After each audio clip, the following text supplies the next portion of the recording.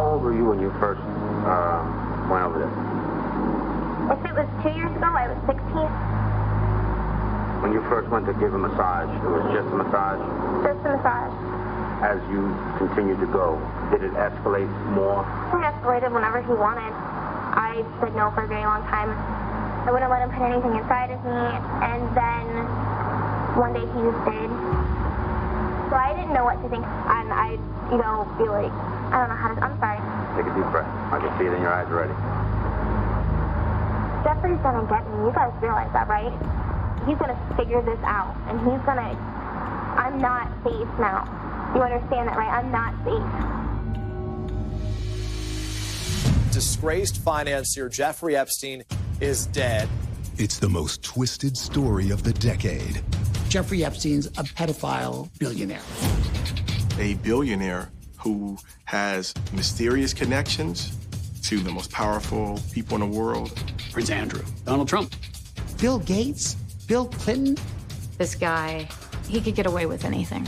In this 3-part special, our exclusive interviews explore crucial questions. I am a cousin of Prince Andrew. I saw Jeffrey and Ghislaine every single day. I am the first person who reported Jeffrey Epstein. Jeffrey Epstein had asked me to take over the defense of his criminal case. I suicide-watched Jeffrey Epstein. Who helped him commit these crimes? Ghislaine told me proudly, I help him out by bringing in the females. Epstein created a sex trafficking network in which his employees would recruit girls. Every co-conspirator needs to be behind bars. What horrors did the victims experience? The charges allege that Epstein sexually abused young girls. I saw a lot of children coming in, little girls. There is sadness, there is anger, there's scars that will never heal, ever. So many people as a boy was about 16, 17. All the girls were topless. The scale of what he did is almost too much for the human mind to take in. How did he get away with it for decades? The feds negotiated such a sweetheart deal. They allowed Epstein to continue to prey on women. Just a travesty of justice like people could not imagine. And finally, who killed Jeffrey Epstein? I definitely think he was murdered. I'm convinced he killed himself. Case closed for me. I don't believe he took his own life. One can only guess what secrets he took to the grave.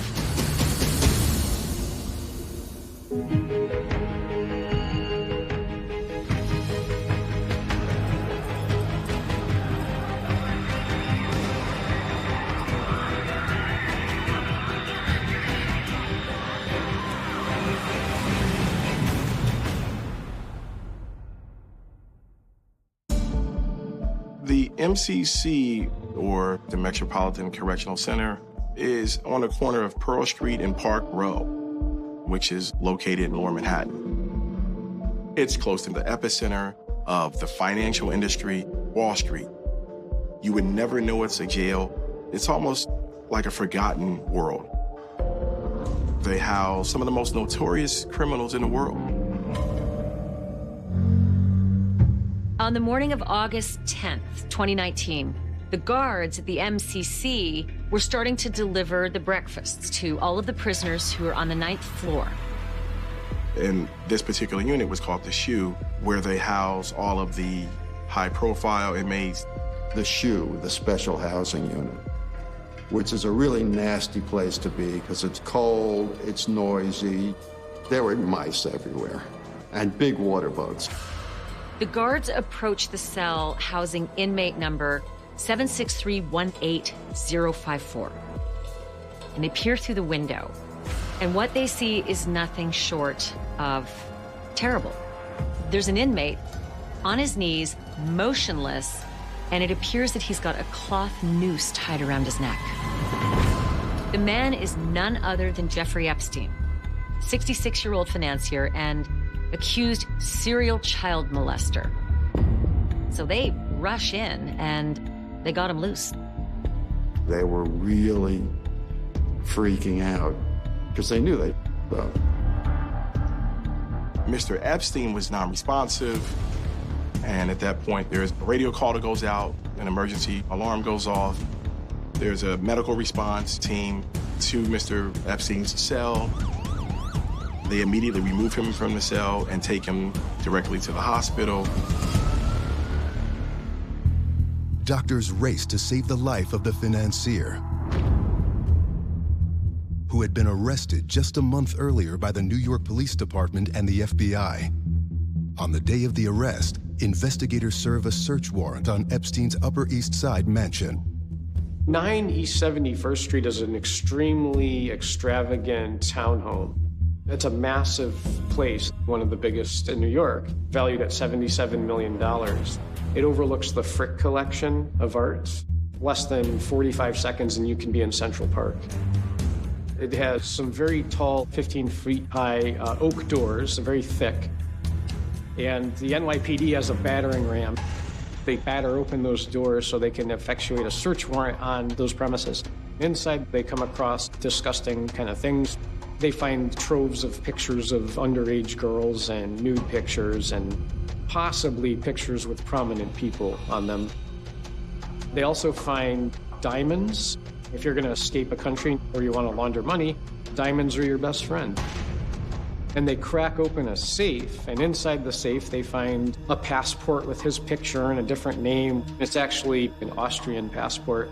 So there's a lot of evidence there. We announce the unsealing of sex trafficking charges against Jeffrey Epstein. The charges allege that Epstein sexually abused young girls by enticing them to engage in sex acts for money. The alleged behavior shocks the conscience. The bombshell news of the billionaire's arrest reverberates across the globe. Prosecutors say Epstein created a sex trafficking network in which his employees and associates would recruit girls as young as 14. A billionaire once connected with some of the most powerful figures in the world arrested. Big name people, famous people. Bill Gates, Bill Clinton, Donald Trump, major leaders of Wall Street, Prince Andrew. They all knew Jeffrey Epstein. He's not socializing at the local bowling alley. He's going to private multimillionaire parties with a very select group of individuals. You're talking about homes that have 15 to 18 foot high ficus hedges that you can't see behind. He attended events at Mar-a-Lago with Donald Trump. While Epstein lacks the renown of his famous friends, he seems to outclass many in wealth. His homes were magnificent, quite striking on the size and the presence at 71st Street. Remarkable place. And then Jeffrey Epstein acquired an estate in Florida, in North Palm Beach, that was also a beautiful home. And he acquired an apartment in Paris, France, a ranch in New Mexico, and 2 islands near St. Thomas. The richest of the richest lifestyle one could imagine. He was sort of like a reclusive, apparent financial and tax consultant to a boutique retinue of extremely wealthy families. He says, I only take clients with $1 billion or more in net worth. That was part of his power, was his mystique. Epstein was very mysterious. He was an enigma of sorts. He was clever and smart, good with numbers, but most of the pretty substantial Wall Street investors never knew who he was. So there's a lot of murkiness around where Epstein made all his money. Nobody really knows. Is it possible that he had something on a collection of the super rich and that maybe he was actually benefiting from it, holding it over them in some way? The 2019 arrest is not the first time Epstein has faced legal trouble. More than a decade prior, from 2005 to 2007, he is the subject of a multi-agency sex trafficking and sexual assault investigation in Florida. I'm Spencer Kuven. I'm an attorney practicing in Palm Beach County. I represented a number of victims of Jeffrey Epstein. Back in 2007, the Palm Beach Police Department knew of at least 40 girls that he had abused. Some as young as 14, but it was probably in the hundreds. They felt they had enough evidence to charge him with multiple sex crimes against minors. After building their case, Palm Beach police handed over to the FBI, believing the charges could mean a life sentence. I'm John Connolly. I was investigative reporter for Vanity Fair magazine for a number of years. And in 2005, I started investigating Jeffrey Epstein. Then, in 2016, I co-wrote a book with James Patterson, which hopefully exposed him a lot more than he had been previously. In 2007, the FBI had a 53-page indictment, but then he had some of the best lawyers in the country. And then all of a sudden it disappears. Jeffrey agrees to a plea deal. At the time, nobody really knew the details of this plea agreement his hotshot lawyers had cooked up. Dozens of young women and girls had been fully cooperating with police, yet there was Jeffrey Epstein seeming to dodge the bullet. They give him, I think, 18 months, but he only had to do 13 of it. I don't know why, but they allowed him to get away with it. This was just a travesty of justice like people could not imagine. Hard to believe it's America. It really is. Now, the 2019 arrest might finally mean justice for the victims who are furious at the way he dodged the 2007 charges. So Epstein walks into a Manhattan federal courtroom and he pleads not guilty. And his lawyers argue that that Florida plea agreement is airtight, and therefore he can't be charged.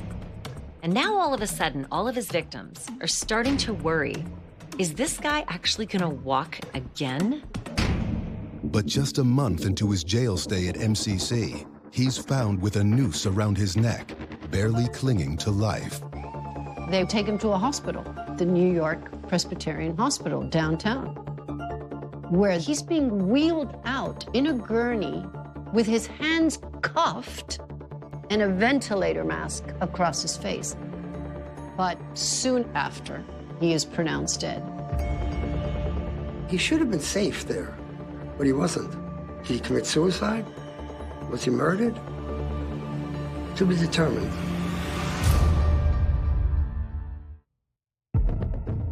News of Jeffrey Epstein's death creates a media firestorm. We begin with breaking news, a devastating turn of events for the victims of Jeffrey Epstein, the convicted sex offender dead tonight after apparently taking his own life. The death of a billionaire in a correctional facility brings a lot of heat. And in particular, we're talking about a billionaire who has mysterious connections to the current president, to the royal throne in London, as well as to numerous strong and powerful businessmen throughout the world. Multiple investigations were opened to find out how and why Mr. Epstein died. As Epstein's body is prepared for autopsy, authorities investigate his final days, beginning on July 23rd. Just maybe 3 weeks before Mr. Epstein's death, there was a previous incident where it is alleged that he attempted suicide, and then he was put on a suicide watch. I'm Bill Mercy. I spent a year at MCC Federal Prison for tax fraud, and I made the money with escorts. During that time, I had Paul Manafort as a bunkie, and I suicide watched Jeffrey Epstein. First meeting was, I said, Jeff, I'm here for tax fraud, for running an escort agency, and I got my own money. I don't need any of yours. You don't have to worry about that. You know, the fact that I'd been in the sex business was, of course, to his liking. A lot of talk about how to deal with prison. Those were the main topics. There was nothing particularly remarkable about him, to me, at all. He was just, a regular guy in my demographic sitting in a suicide cell, and he didn't strike me as depressed. After just 1 week, MCC personnel decide Epstein is not a threat to himself. After being evaluated by particular medical staff, he's taken off suicide watch and placed back in the secure housing unit with a cellmate. He was supposed to always have a cellmate to make sure that if he did attempt to commit suicide, there would be someone there to ring the alarm. But on the day before he died, the inmate that was assigned to his cell was released. And apparently the administration then failed to assign him another roommate. As an inmate who had been on a suicide watch recently, Jeffrey Epstein was supposed to be visually checked by guards every 30 minutes. But as the investigation into what happened the night he died progressed, it became increasingly clear that didn't happen. And they find that the prison guards are surfing the internet and shopping, and they fall asleep when they're supposed to be watching Epstein. They don't do their round-the-clock check-ins. They're supposed to go around at designated intervals, and they just didn't. As investigators collect more information about that night, they discover that even more protocols had mysteriously failed. There were 2 cameras outside of Jeffrey's cell, but when the investigators went to review them, they'd somehow malfunctioned. How did this happen? How on earth could this happen? On the night Jeffrey Epstein died, he didn't have a cellmate, the guards didn't check on him, and the cameras happened to fail. It's almost like a perfect storm of incompetence and failed equipment. I mean, you put all of these things together, and it certainly seems it was an awfully convenient time for Jeffrey Epstein either to kill himself or Jeffrey Epstein to be murdered. Everything seems to go wrong. It's very suspicious. So Jeffrey Epstein's death becomes fodder for conspiracy theories galore. I'm David Schoen, and I'm a criminal defense lawyer. Before he died, Jeffrey Epstein had asked me to take over the defense of his criminal case. I don't subscribe to conspiracy theories, but my anecdotal information, that is my meetings with him, the mood he was in, he was upbeat, planning to fight the case, clear his name. Nobody can say that there's absolutely no basis for these conspiracy theories and stuff, so I don't believe he took his own life. Maybe he committed suicide, maybe he was murdered.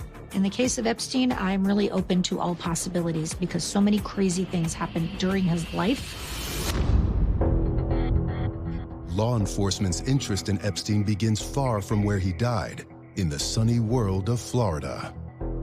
On March 15th, 2005, the Palm Beach Police Department get a frantic phone call from a woman who says her stepdaughter is a high school student in West Palm Beach. She says they've got a problem. It was an incident that occurred maybe like three and a half weeks ago with one of my stepdaughters. She got into a fight at school. Her parents were called, and people asked questions. And the fight broke out because one girl called her a prostitute. They get taken down to the principal's office. She dumps out their purse and asks, why is there $300 coming out of your purse? And are you dealing drugs? She couldn't give a straight story until eventually she admitted that she had gotten the money after going to a home on Palm Beach Island where her friend had taken her. Police bring in the 14-year-old and have her start at the beginning. And how long ago was this? Oh my gosh, I can tell you the date, but it was about maybe, oh my gosh, a month and a half ago. Yeah, maybe more right now. The way she wound up being involved, there was one girl, the cousin of her boyfriend, and she tells her, you want to make some money, you know, you got to massage this old guy in Palm Beach. You know, our family doesn't have money. So she said, okay. You can tell you what anybody else that you know.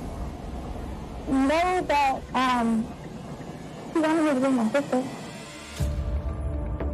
On Sunday, February 6th, the 14-year-old and her friend go over to the ritzy part of town. They arrive at a magnificent mansion. Okay, yeah, and I was, he said I was 18. Who is this guy? Some wealthy guy named Jeff, she said. A 14-year-old girl is telling police about how she was pulled into a terrible new world when a friend brought her to a Palm Beach mansion. When they got there, they were greeted by someone who told her the routine, which was, we're going to go upstairs, there's a massage room, you're going to take off your shirt, you'll take off your pants, you can leave on your bra, you can leave on your underwear, and Jeffrey will be in a minute. Well, at this point, things were changing a little bit. She didn't realize she was going to have to get undressed, but she's just been taken to a place she doesn't know, and she's stuck in this house. So she goes into a massage room. Jeffrey comes out wearing nothing but this small towel around his waist. He was going gray. And what else? Like, the skin color is like, when you have a sunburn, but it's like when you have it for a couple of days and it's kind of turning into some, it's like a reddish. He lays down, face up on the massage table, and he asks her to go ahead and start the massage. During the massage, he tells her that if she takes off more of her clothing, that she'll get paid more if she chooses. She said no. He said fine. And he was like, please you should just sit on me, play your body. What do you mean by that? So, and he was on his stomach, and I was doing massage, and then like, I was sitting there on his back, but a little bit above his back. Okay. The girl's story gets very detailed. She says the man at one point grabbed a purple vibrator and without her permission began to use it on her. Now, this is a 14-year-old girl. She didn't know how to react. And things turned from bad to worse to awful. She then continued with the massage until at some point he began to masturbate himself, until he finally masturbated to completion. She was in shock. You've got a 14-year-old girl that didn't realize what she was getting herself into. So that's why you did not have any kind of sex with him? Heck no. I was there and I know it's going to be like that. Yeah, so many people of the boys about 16, 17. All the guys were topless. And then eventually he said, okay, you can go. She grabbed her clothes, put them on, and left. She was given cash by her friend after, and she just kind of stuffed it in her purse. It really was something she just, once she got into it, wanted to get out of pretty quickly. She was Jane Doe 1. So Jane Doe number 1 files a complaint, but she does not know who he is and certainly doesn't have his last name. Police also were not sure who he was.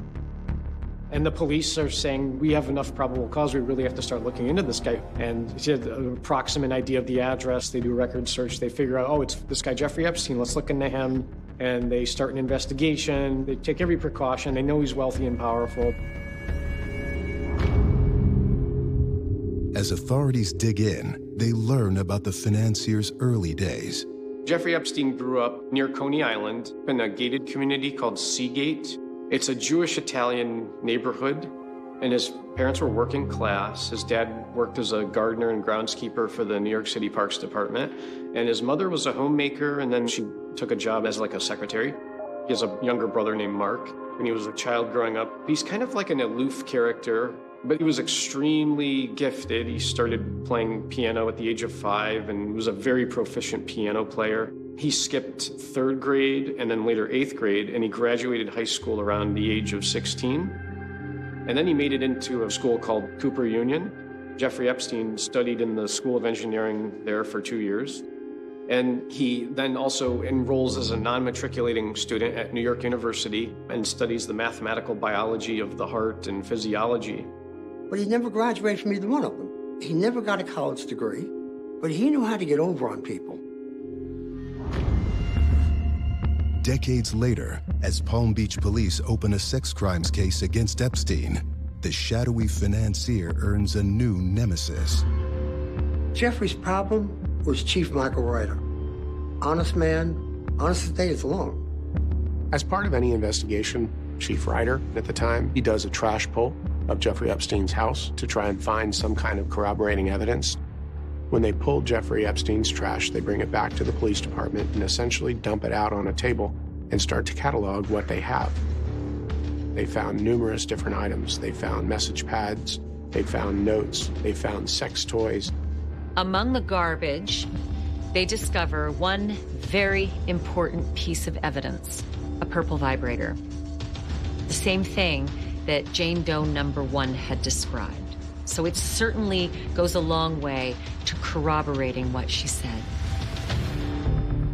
The trash pulls also reveal evidence suggesting that Epstein had help in his trafficking ring.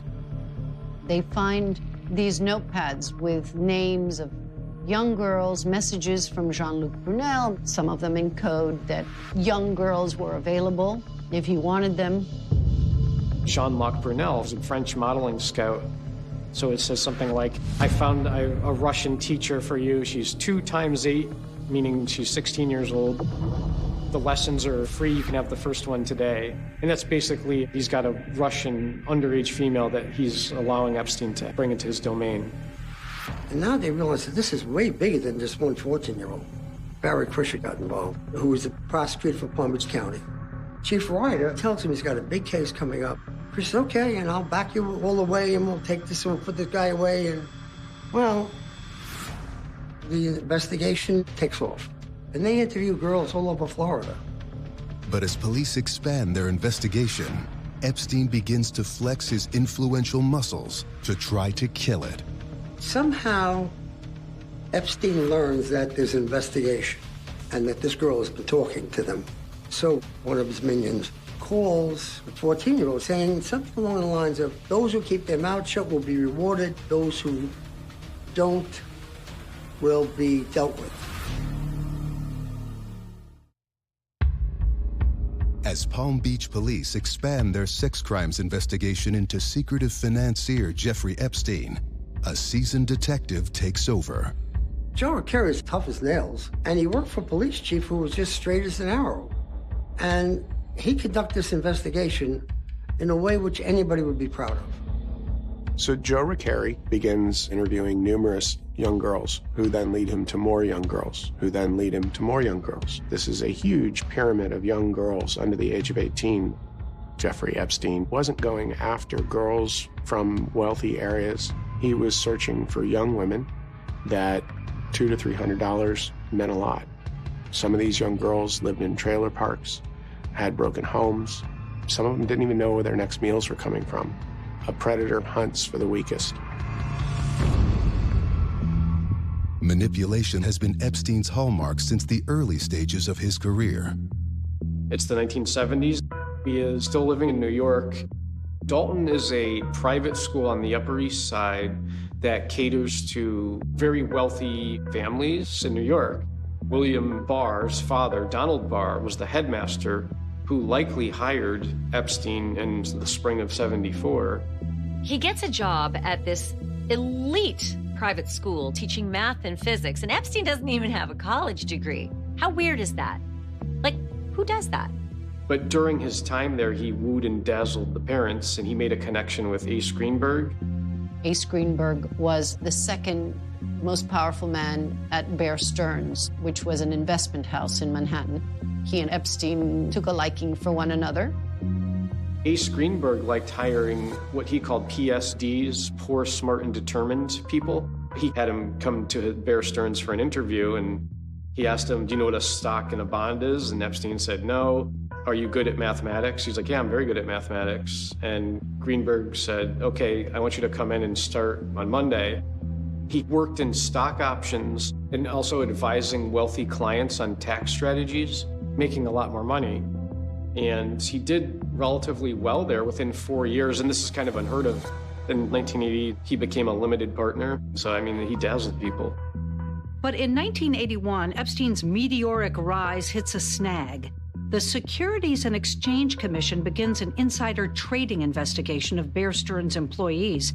There is a suggestion that Epstein is involved, but he's never charged and no one knows why. Well, pretty soon he leaves the organization with his $100,000 bonus. But after that, Epstein's career hits a real dry spell. By 1986, he can't pay his rent and he's kind of broke, and that's when he meets Stephen Hoffenberg. Stephen Hoffenberg is kind of like the Bernie Madoff of the late 1980s, and he had ran a company called Towers Financial Corporation. Towers Financial, their primary business supposedly was buying debt fairly cheap and then trying to collect from people who owed money, and then they would recover the money and keep the difference. But that didn't work too well. Stephen Hoffenberg is who I am. I had 9-year experience of working and knowing Jeffrey Epstein. That was his dream, to become super rich and change his entire lifestyle from being poor and humble. Jeffrey Epstein had the ability to get under the skin to become the best friend of anybody that he targeted. his dynamic personality, his incredible gift of reading the other person's mind in a conversation and saying what the other person wanted to hear was remarkable, astonishing. In the late 1980s, Epstein and Hoffenberg concoct a plan that could bring them the wealth they're seeking. They start selling securities, bonds, and stocks to investors, and then selling them to more investors. And then when the original investors want their money back, they raise money by selling to yet more investors. This is known as a classic Ponzi scheme. Epstein did a great job selling securities for the Towers companies. Fabulous job. And so Towers had some very rapid success in selling securities. And the SEC looks at any company that becomes a rapid growth company. And the SEC figures out it's a scam, and they find evidence of criminal wrongdoing, so they prosecute Hoffenberg. Jeffrey Epstein was involved in illegal operations at Towers, and that should have resulted in a criminal prosecution of Epstein. But by the time the case gets transferred to the Southern District of New York, Epstein's name entirely vanishes from the prosecution, and nobody can really explain why. It's shocking what occurred. They had all the evidence against Epstein. He ran the Ponzi Wall Street side of the case. Awesome. He infiltrated the company's accounting department, befriended them, and stole about $17 million of Towers' financial money. And that was all documented. They did make me financially responsible for $475 million. And they sentenced me to 20 years. They gave me Jeffrey Epstein's sentence. The unequal justice is so crazy.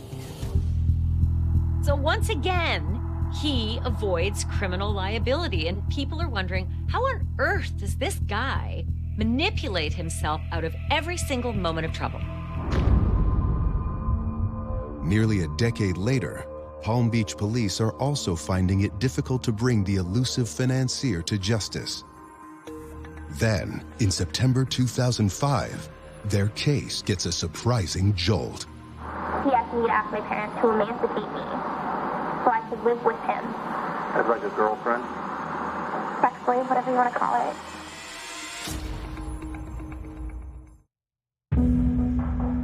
During the Palm Beach police investigation into Jeffrey Epstein, authorities arrest an 18-year-old woman for possession of marijuana. During the investigation, she lets police know she wants to bargain. She offers, in exchange for leniency, information on a local pedophile.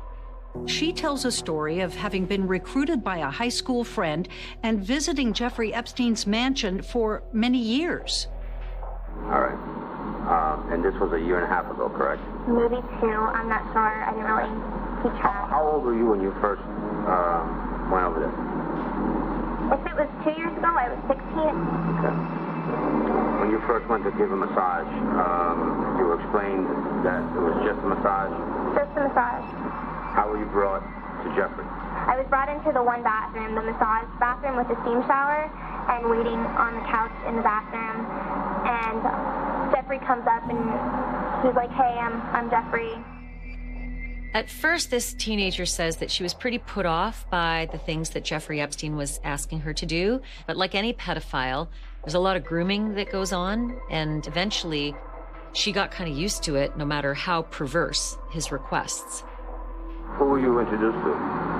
One of his slaves that he has lived with him.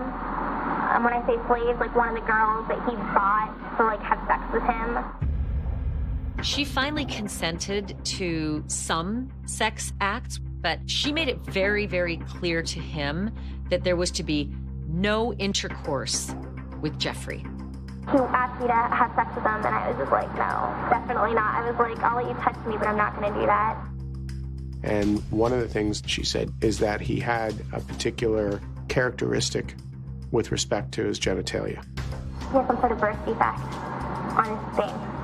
I don't know what it is. It's really weirdly shaped. She and several other accusers mentioned the same detail. And the way they described it was egg-shaped. Some of these young girls' story was very similar.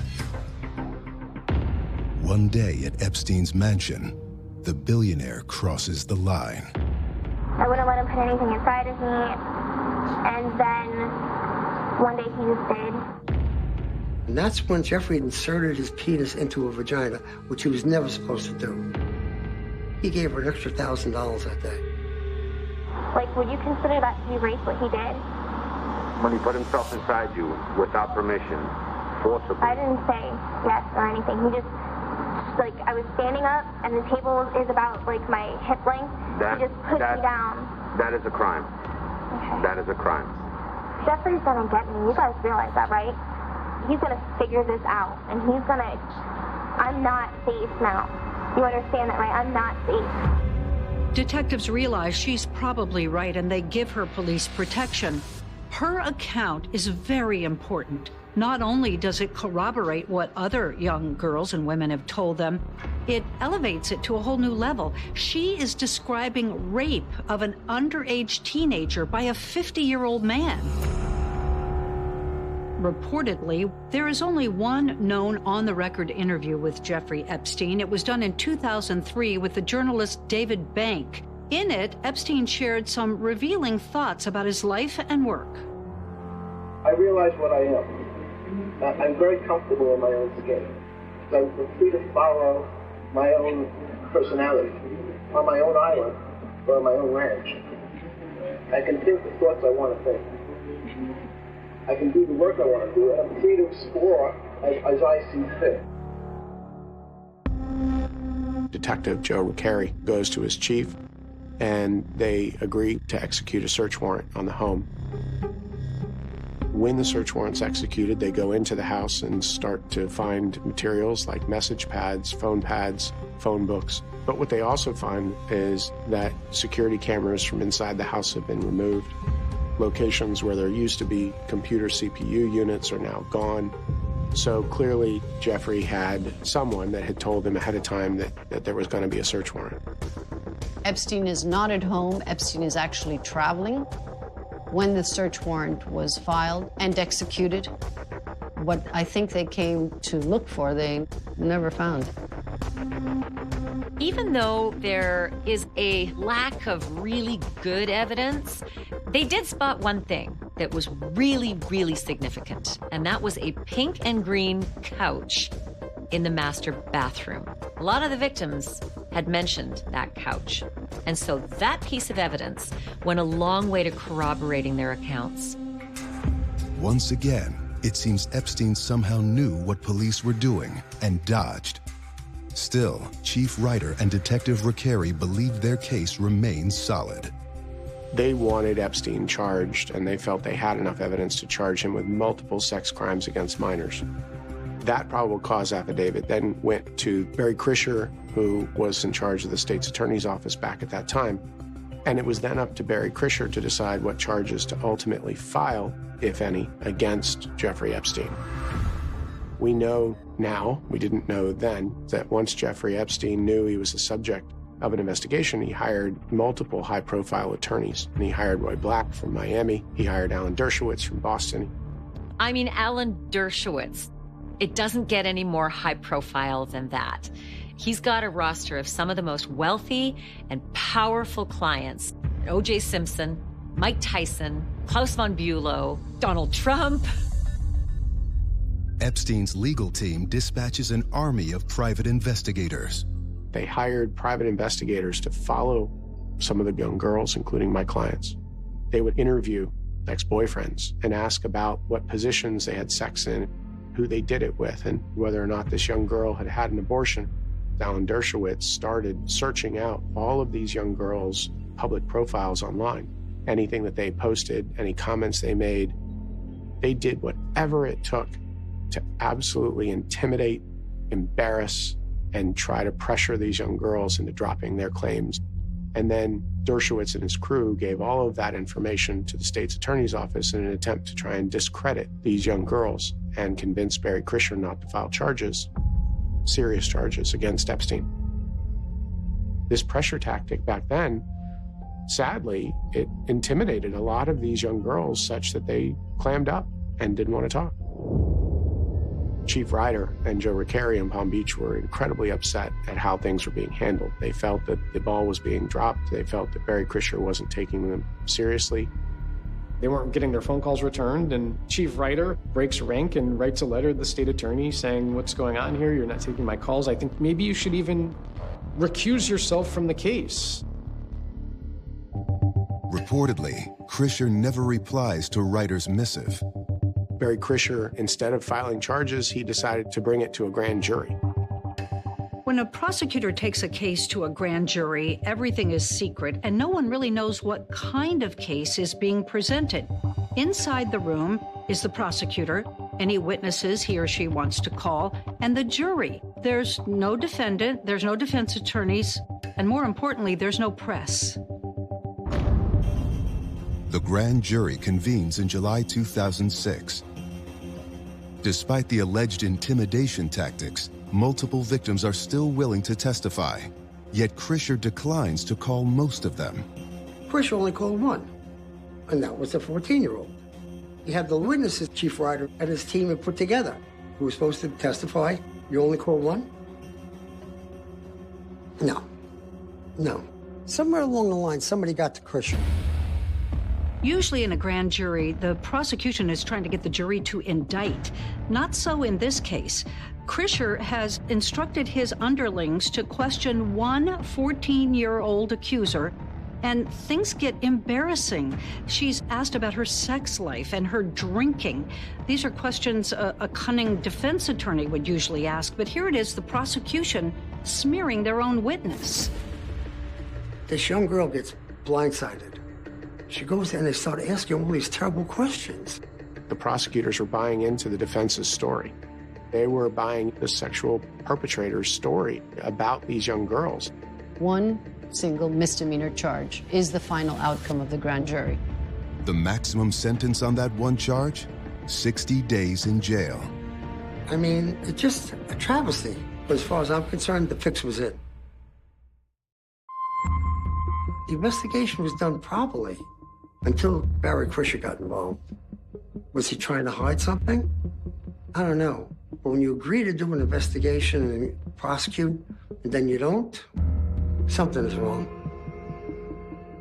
All of that work by the Palm Beach Police Department, and the prosecutor just lets him skate. It's unconscionable. Rightfully frustrated, Chief Ryder asks the FBI and the U.S. Attorney's Office in Palm Beach to open a federal investigation. The U.S. Attorney for the Southern District of Florida was a man named Alexander Acosta.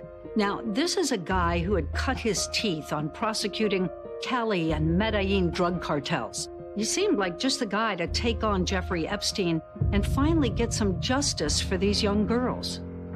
When Chief Ryder goes to the U.S. Attorney's Office, U.S. Attorney Acosta promised him that he's going to prosecute this to the fullest extent. When the FBI began their investigation, they began to re-interview a lot of the young victims that Joe Ricari had already spoken with. In addition to that, they found additional victims that Jeffrey Epstein had abused. Ultimately, we were trying to fight on behalf of these young girls and trying to get some measure of justice. The federal investigation goes on for 2 full years. They come up with 40 women, and they had a 53-count indictment ready to go against Epstein. Jeffrey Epstein's looking for a powerful Republican to get him off the hook. And guess who he hires? Ken Starr. Ken Starr. I mean, this was the prosecutor, the special prosecutor who went all in on the Clinton impeachment, which was effectively a case about sex between 2 consenting adults. And here, on the other hand, you've got Jeffrey Epstein, who is suspected of raping and molesting 40 children. Starr and Dershowitz. It doesn't get bigger than that in the legal world. Only somebody with an endless supply of money and power could assemble a team like that. And it really began to beg the question, where was Jeffrey Epstein getting all his money? Epstein's accumulation of real wealth begins after he managed to avoid charges in the Towers Ponzi scheme. He soon sets his sights on his next mark, a well-known billionaire. Leslie Wexner is a retailing tycoon who owns a company that owns a lot of the stores you'll see in an American shopping mall, from Victoria's Secret to The Limited, Structure, Abercrombie & Fitch. Les Wexner had fired some financial guy, and he needed a replacement. And somebody recommended Jeffrey Epstein. Wexner trusted Epstein with the running of his investment funds, his trust funds, his foundations. Epstein was the fixer. Soon, Wexner grants Epstein full power of attorney, which allows Epstein to make financial decisions for Wexner. Jeffrey Epstein is overseeing, in that 1 year alone, almost $250 million of stock transactions for Wexner, which is about $475 million today. In that year, Jeffrey Epstein is in a one-bedroom apartment. He suddenly buys an airplane. He hires a full-time pilot. He starts liquidating large amounts of Leslie Wexner stock holdings. And shortly after all these stock transactions, Epstein, like clockwork, will purchase a ranch, purchase an island. One of the biggest issues is if you have too much money, most likely you won't miss it if some is taken from you. That's very important. And you become the perfect victim for frauds and identity theft. Working for Leslie Wexner, Epstein is suddenly showered with hot and cold running money. And in 1995, Wexner bestows upon his financial advisor a magnificent gift, a $70 million Manhattan mansion. It was rags to riches in 24 hours. Few people with that kind of trajectory in history and lack of formal education get these kind of opportunities, which goes back to the question, why in fact did Leslie Wexner trust a man who was fired from the investment house with $1 billion? That's a lot of money. The rumor mill really went into overdrive on this one. Did Jeffrey Epstein have something on Les Wexner? Or were the two of them at any point maybe involved together in something unsavory? I mean, that was what people were talking about. However he got so rich, Epstein did build a massive power base of wealth and personal connections so he could live his life any way he wanted and squash anybody who got in his way. Federal authorities in Florida quietly work the case for 2 years, an investigation that barely makes the news. They find 40 victims claiming they were forced into Epstein's sex trafficking ring. Then, the financier turns up in the Palm Beach County Courthouse. This doesn't make any sense at all. None of the alleged victims are present. And if he's still under a federal investigation, then what on earth is he doing in a state courthouse? Despite the massive amount of evidence of sex trafficking, Epstein is somehow given a remarkable deal. The U.S. Attorney's Office and Epstein's lawyers enter into a sweetheart deal, which is called the non-prosecution agreement. He agrees to 1 count of felony prostitution and 1 count of soliciting a minor. There's no such thing as a child prostitute. If you're 14, you are not a prostitute. You are a child. You don't understand the consequences of what you're doing. It's ridiculous calling them prostitutes. They're a victim of sex trafficking. On June 30th, 2008, Epstein agrees to an 18-month sentence after U.S. Attorney Acosta agrees to drop all federal charges. The non-prosecution agreement gives immunity to not only Epstein, but all potential co-conspirators, which was unbelievable to us as lawyers at the time. This is where it gets really ugly. In conversations with the authorities, Epstein's lawyers actually make the case not to tell the victims about any of it, not to involve them. Nothing. They hear nothing. Acosta apparently agrees, despite the fact that the decision could be in violation of the Federal Crime Victims' Rights Act. The secret plan to exclude the victims is not reported in the press until after it's all done. The victims, they're supposed to be told about any plea deals or any type of sentencing and have some kind of input, whether real or symbolic. And they were totally kept in the dark about everything. And the victims were willing to fight, they were willing to go on the record, and they were not even contacted as the law required to get their approval. The only reason that Epstein got the deal he got was because of his money, his power, and his influence. You take any other person off the street, and they're accused of molestation or sexual abuse of one girl. They end up behind bars for 5, 10, 15, 20 years. In 25 years, I'd never seen a non-prosecution agreement that broad. The only thing we could rationalize in our mind was that maybe the U.S. government was getting something out of this deal. Maybe he was an informant. It was during the huge financial crisis and the stock market crash. So maybe he was giving information to the federal government for prosecutions of financial crimes. We had heard that he was maybe an informant working with the Israeli government, and that's why they treated him the way they did. We never truly learned the reason why they backed down the way they did. A deeper dive into Epstein's history might provide clues as to how he became so powerful, so fast.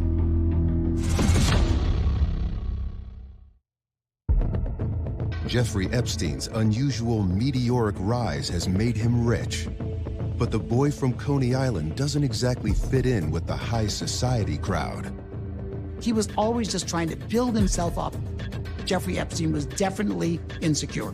And I think he needed all this aggrandizement because really he was born a simple guy. It was in the early 1990s that Jeffrey Epstein meets Ghislaine Maxwell, and she is his ticket to high society. Ghislaine Maxwell, she was a socialite. She was very well known, followed by the British tabloids. And she is the daughter of Robert Maxwell, who was a press baron in the United Kingdom. He owned the Daily Mirror group of newspapers. And so he was a very wealthy, connected person. He named his yacht, the Lady Ghislaine, after his favorite daughter. Ghislaine, as a young girl, she had a very wealthy life. She was part of one of the richest families in Britain at the time, and she really had whatever she'd wanted. I'm Laura Goldman, and in the 90s, when I met Ghislaine Maxwell and Jeffrey Epstein, I was a stockbroker. Ghislaine is a very accomplished woman, went to Oxford. She speaks several languages. Basically, you would see Ghislaine at the opening of everything. If there was a gold envelope, she was there. She was part of the scene. She liked to party. She was a good time girl. My name is Christina Oxenberg. I'm a writer by trade. I am a cousin of Prince Andrew. And in 1990, I met Ghislaine in America at a super ritzy party. And I was there with my husband, and they knew each other. And so as she walked over and he said, "Oh, Ghislaine, hello." She did a bizarre little performance. She looked at me and she looped her arm in his and she said, "Who is that?" I was getting ready to divorce this guy anyway, so I thought it was quite funny. Ghislaine was living the good life, bouncing between London and New York. And then it all came crashing down. In 1991, Robert Maxwell was sailing a yacht in the Canary Islands, and he drowned.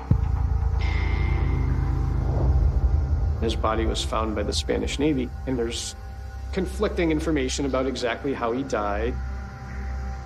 Robert Maxwell was on his yacht. He either fell over, attempted suicide, or was murdered. A conspiracy theory arises as to why he might have been killed. I know from Jewish sources that Robert Maxwell was a spy for Israel, and many people have also told me that he possibly sold information to other governments. Some believe his secret life might have led to his demise. Others think the impending discovery of shocking crimes might have led to suicide. After he died, it was discovered that he had robbed his own employees' pension funds to prop up his businesses. Ghislaine believes he was murdered. She doesn't believe that he would have ever committed suicide. When Maxwell's global media empire collapses, Ghislaine flees the UK media frenzy for New York in hopes of reclaiming her status. I think the death of her father affected her in every possible way, especially financially. She lost her money. She felt she lost her identity. Ghislaine calls me and invites me to a tea party at her apartment, and her behavior is bizarre. She just simply was dressed in white, bra and her underwear. Very pretty underwear, but underwear. And 3 other girls, we're all dressed. She's very chatty, and she's saying that she's broke, and I think she thought I would be of some use to her. A close friend of hers introduces her to Jeffrey Epstein at a dinner, and that's where their relationship begins. Epstein had just really hit pay dirt in terms of managing Leslie Wexner's money. So Ghislaine comes over, and they appear to be dating. By now, Ghislaine knows everybody, and she introduced him to everybody. Her entire network. Ghislaine has a way, people call it charm. I would call it theater. And she's working constantly to make you laugh, make you comfortable, draw you in. She is the grifter, 100% grifter, and she's fairly good at it. And Jeffrey had like a list, like a wish list of the type of person he wanted brought in. She introduces him to the Duke of York, Prince Andrew. And it's right around that time that he's starting to cozy up with the likes of Bill Clinton and one very wealthy and powerful playboy and real estate mogul in New York, Donald Trump. Jeffrey Epstein and Ghislaine Maxwell are frequent visitors to Mar-a-Lago, a resort that Donald Trump owned and turned into a club. Soon, Maxwell moves into Epstein's 71st Street mansion. Over time, Epstein and Maxwell's relationship evolves from dating and networking into something more sinister. Maxwell became the mistress of the house. She would also procure the girls that she felt he would like. She says he has an incredible sex drive. He has to have 3 orgasms a day. So I help him out by bringing in the females. She felt no compunction about telling me this. If anything, she was proud. He's been hiding his sexual proclivities from, the people he doesn't want to know. But at the same time, he's wriggling his way into the upper echelons of New York society, toast of the town. At one point, he even became a board member of the New York Academy of Art. My name is Maria Farmer. I am the first person who reported Jeffrey Epstein to local authorities and the FBI. In the 1990s, I was in graduate school in Manhattan at the New York Academy of Art. It had been a dream of mine my entire life, not only to live in Manhattan, but to be an artist, a painter in New York City. In 1995, Maria meets Jeffrey Epstein and Ghislaine Maxwell at an Academy event. They have a graduation, and everyone puts their paintings up, and it's kind of a gallery exhibit. It was the only time I got to hang my paintings in a gallery. Epstein zeroes in on one of Maria's paintings, which features a young girl on a couch with a man watching her. Maria explains that the model for this piece of art was her little sister, Annie. I had no idea who they were. Jeffrey said that he didn't typically appreciate beautiful work, but he found my work both compelling and beautiful. He said with my work, he appreciated it because it would get him thinking. The wealthy financier makes a cut-rate offer, half the price. He struck me as very cheap to ask for a discount from a student. But Jeffrey said, I'm giving you a great opportunity. With the discount you offer me, I'm going to be giving you the best opportunity. Epstein offers the struggling art student a job He said, show up at 8 o'clock in the morning at the mansion. Maria's new job, receptionist. My only duty was to sign people in and sign them out as they left. Elan came in and she gave me all the instructions as to how to behave and how to speak to people and breathe, basically. She was also the one who was first showing me all the pinhole cameras next to the desk. I mean, he was very silly about it too and very proud of this, but right next to my head were several little pinhole cameras. I saw a lot of children coming in, a lot of children, little girls. I remember thinking, how can this many young girls be coming and going? What is the deal? Elan said, they're Victoria's Secret models, Maria. And I believed her. Why would I not believe her, right? I mean, I know nothing about modeling. I know about art. Soon Maria realizes working a billionaire's front desk isn't exactly her dream job. I mean, here I was, I just received a master's degree in painting, and this job really made no sense for me. And I stayed with it for months because I was just destitute. Then Epstein begins asking about Maria's family. Maria Farmer has a 15-year-old sister, Annie Farmer, and Epstein and Maxwell get giddy and excited about this, and they want to meet her. So they represent to the mother that there's going to be like a scholarly conference for aspiring college students, and that they want to help Annie pay for college and that she should travel abroad so that she can get the type of resume that would look good to an Ivy League college. I did not know that he was evil. I just didn't see it. She worked at that unrewarding front desk job for several months, but then she got a fateful phone call. She got a job offer to do a series of paintings for a Hollywood movie. I said, I no longer want to work for you at this desk. I got a new job doing these paintings. I didn't really have the space in my apartment, but I was going to make it work. But instead, Jeffrey said, you know what? I have an incredible house on my friend's property. He gave it to me. It's Les Wexner's house. You can stay there and paint. I thought this might be a really good experience. That was the beginning of the worst time of my life. And I was never safe again.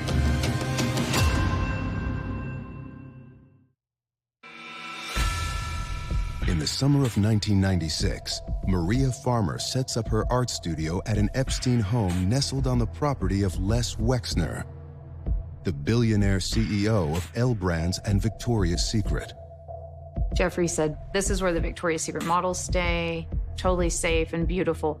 According to Maria, what starts as a dream chance to finally focus on her art quickly becomes a nightmare. Maria makes serious allegations against Jeffrey Epstein and Ghislaine Maxwell. There are pinhole cameras throughout that house in New Albany. And I know this for a fact because Ghislaine and Jeffrey told me. And they also wanted to make it really clear that I was being watched. Jeffrey and Ghislaine came to visit a couple times at the estate one night. Ghislaine called me in and she asked me to come with she and Jeffrey for a second, that Jeffrey needed to talk to me. And so I walked just down this hallway. This room I was never allowed to go in because it was Jeffrey's room. Ghislaine was in a robe and she walked me around the 4-poster bed and she wanted me to rub his feet. And I remember him moaning and being very dramatic. And so I said, I think I'm not very good at this. He put his hand like this and started harming me, like on my chest. And she went like this and mirrored him. So they were both like twisting me on my chest, and it was really strange, and I felt really uncomfortable and embarrassed, right? And at one point I started, like, tears started to come out, and she took my hand and was like rubbing it and being all disgusting and like, kissed my hand. And I remember thinking she was so disgusting. And that was for me the greatest moment of horror. Maria says she managed to run away and hide in her bedroom. I remember thinking that I was going to die too, and thinking about my mother and how my mom was going to handle this. The next morning, Epstein and Maxwell leave early for the airport. Jeffrey called me to tell me he'd had a great time the night before. And I just started sobbing, and I'm like, I quit. I hung up. Ghislaine called and was screaming at me. I was able to fight my way out of there. I remember driving out of the gates and thinking, I have just escaped hell. And I just got out of there. And I couldn't believe I was alive. Much to her horror, Maria says she learns that she's not the only family member who has allegedly been assaulted by the couple. Earlier that summer, Maria says Ghislaine and Jeffrey had flown Maria's little sister Annie to New Mexico, to his ranch. And the idea was, they told her, that she would join a group of students there to do some college planning. But when she gets there, there's no other students that are there. Maria finds out that Annie was sexually assaulted by Epstein and Maxwell. I don't know how to explain this, but she is my whole world. I went to her and I said, we need to go to the police. So Maria Farmer returns to New York and reports to a police precinct near Epstein's house about what Epstein had done to her, her assault. And the police tell her, well, this might actually be a case for the FBI. I reported to the FBI that night. I reported they trafficked my sister, and I thought, I can't let this happen. But nothing ever seems to actually happen with any of these reports. It's unclear what type of follow-up or investigation ever actually occurred. Even in 1996, did Jeffrey Epstein have the power to quash a federal investigation? Nearly a decade later, the Teflon financier continues his ascent and deepens his connections to major players. He came on the scene very quickly with like a bolt of lightning. All of a sudden, he was there, and he had all this money, and he was taking everybody on his private plane. President Clinton was looking for someone to fly him to Africa on a private jet, and Jeffrey agrees to take the president. Kevin Spacey was on that trip, Chris Tucker, comedian, was on that trip, Ghislaine Maxwell, and several other girls were on that trip.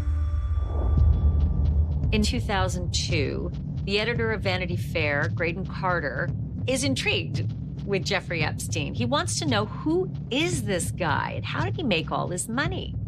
And he asks one of his star correspondents and writers, Vicky Ward, to dig in, do the story, and research how this guy got to where he was. In her reporting, Ward discovers the criminal complaints Maria and Annie Farmer filed.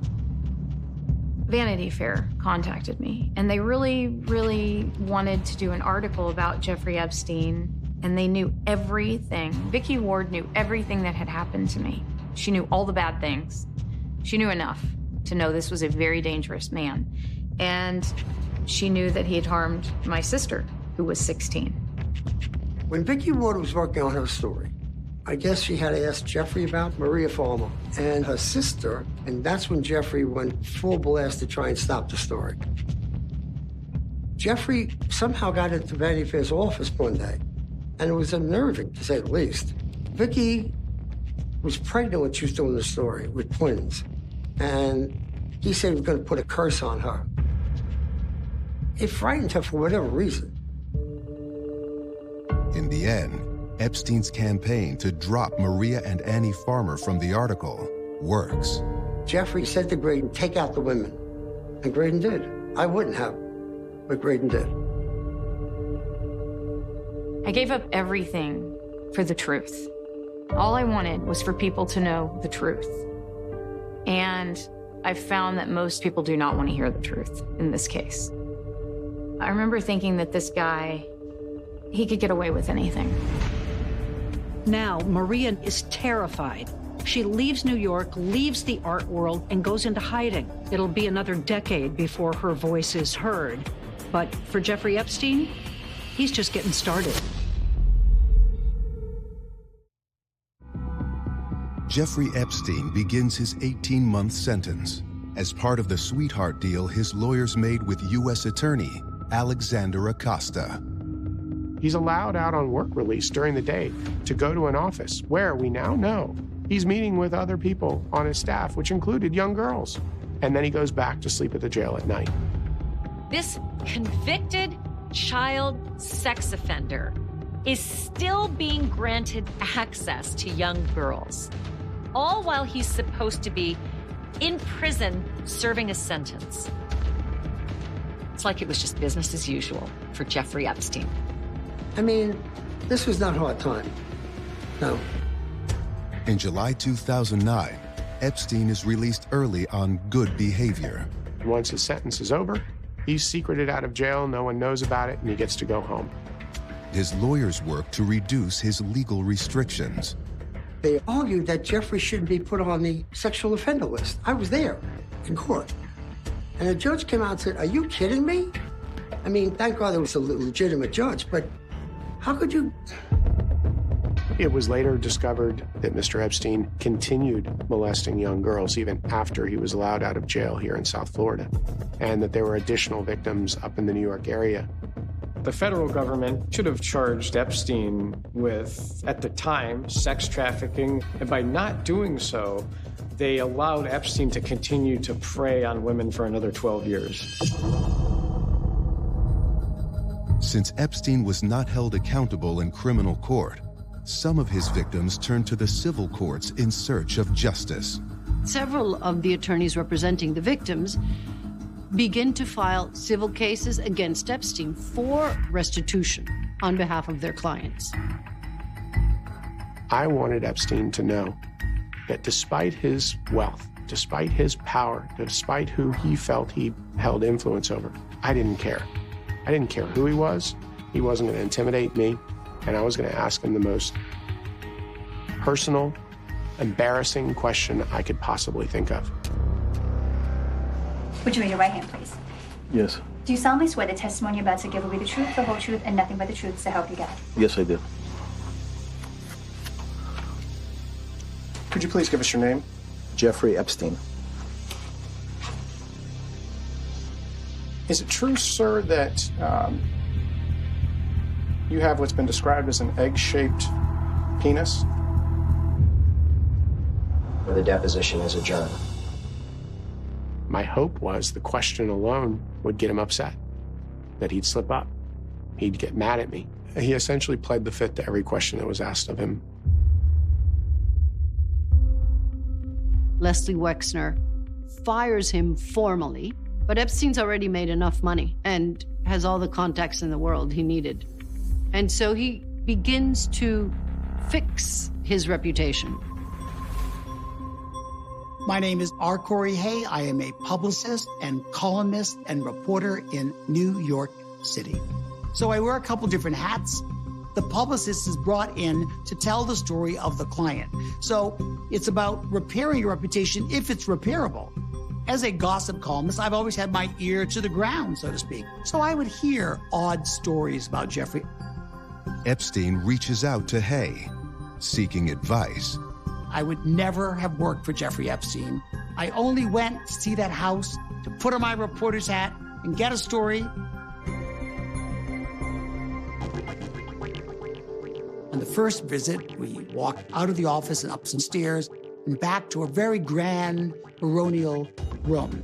There was Jeffrey seated at the end, quite imperious with his fabulous gray hair and not dressed up, no suit, no tie. And he's quite disarming and charming. Basically, he said he was unhappy that all the stories about him started with Jeffrey Epstein's a billionaire pedophile. So he said, I'm just tired of reading stories that start this way. And I looked up at the chandelier, and there was a blow-up doll in it, a sex doll. Okay. It was getting weirder and weirder, but even I was sucked in. It was fascinating. So I went, well, Jeffrey, you got to go to Bill Gates and Melinda immediately and pledge your entire fortune. You need to give $1.5 billion immediately, outright, not a few deaths. Give it right now. Then I said you had to go into professional rehab for 1 year. He looked at me like, 1 year? I said, 1 year. One of the sex clinics where he could get real help. In the end, Epstein doesn't take most of the advice, and Mr. Hay is glad he didn't. I'm not interested in getting Jeffrey Epstein off the hook because these girls, they'll never be off the hook. Epstein does try one new tack. He began recreating himself, calling himself a philanthropist, interested in the sciences and in education. He gave Harvard $6 million in total. And everybody bought that hook, line, and sinker. MIT, Stanford. I mean, even Bill Gates invested $2 million on behalf of Epstein. Now, people are ashamed they took the money, but they took it because the world runs on money. He was accepted back in society here in New York, which is disgraceful. Bill Gates, Prince Andrew, a long line of important people. They were all still friendly with Jeffrey after his conviction. And then Epstein starts getting invitations to scientific conferences and high society parties with bold-faced names like Katie Couric, Jeff Bezos, and Elon Musk. He is still the convicted pedophile billionaire, but nobody seems to care. Epstein's masterful ability to manipulate celebrities and power brokers continues uninterrupted. Would anything stop him from terrorizing more young girls?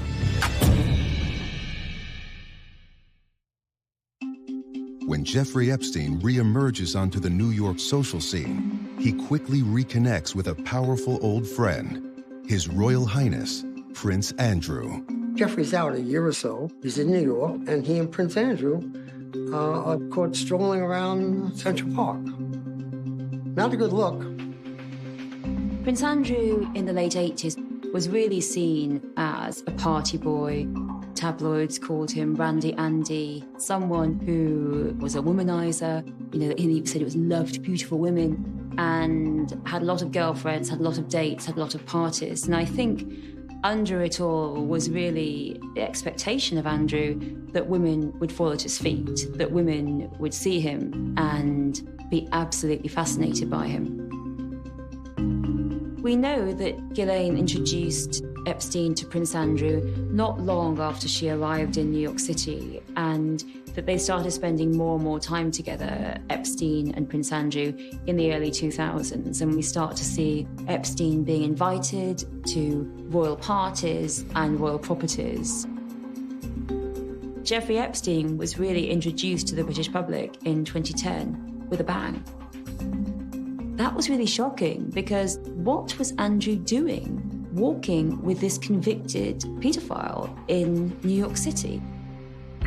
Things really take a turn in 2011 when a photo of the prince and a young girl surfaces in the UK press. It was allegedly taken at Ghislaine Maxwell's flat in London. And the girl is Virginia Roberts, who claims to have entered Epstein's sordid world at the age of 15 by unhappy accident. Virginia Roberts' father worked at Mar-a-Lago, and so he gets her a job there.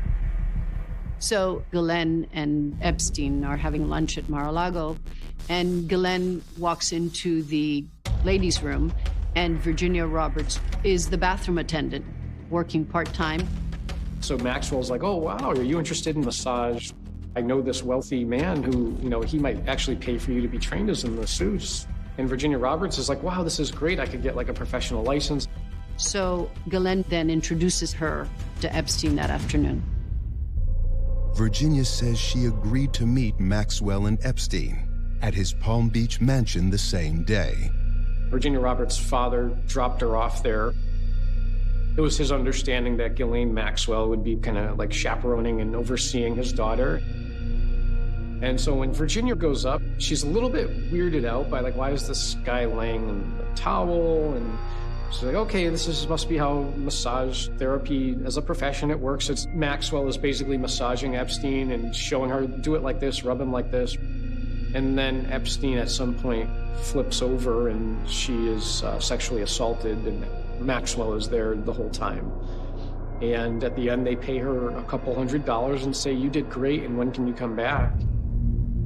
Virginia says she was sexually abused in the past, and I think that may have set her up as easy prey for a predator like Epstein. She would later say that she came to believe during this time that this was normal. The lifestyle with Epstein was the way life was just supposed to be. Pretty sad. He grooms her, which is what these traffickers do. They groom you, first to trust them, to believe that they're the only ones who are going to take care of you, to love you, to protect you. And then over a period of time, she was sort of like a long-term employee who was then pimped out to other rich, powerful men around the world.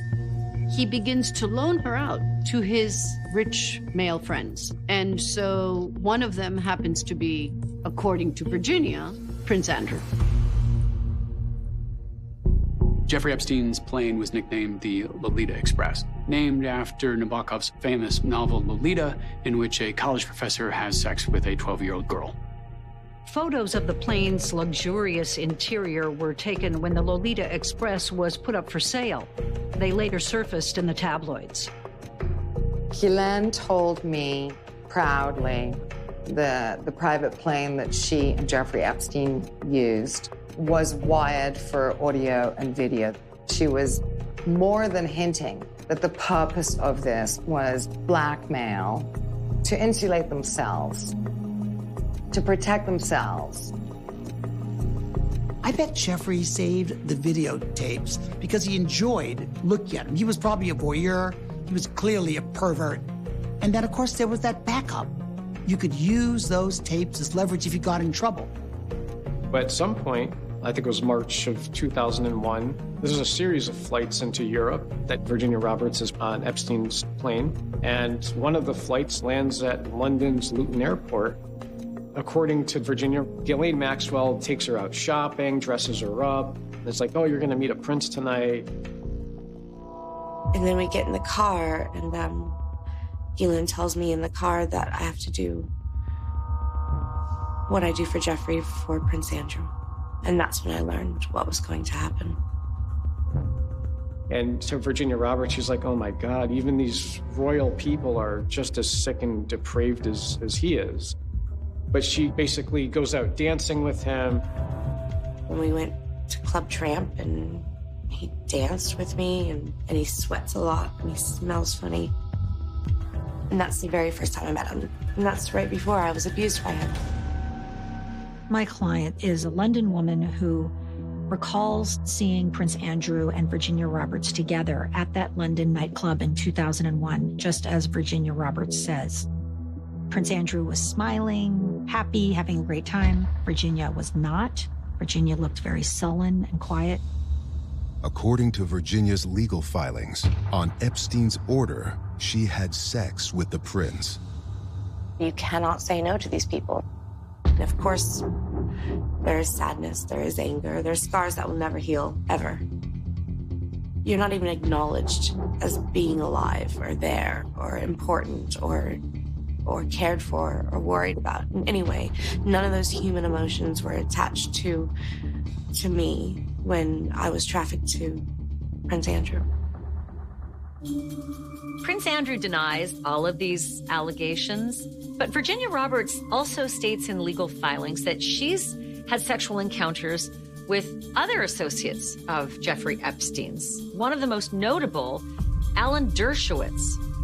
Alan Dershowitz denied the allegations too, and because of that, Virginia Roberts sued him for defamation. And in a totally bizarre turn, he sued her right back.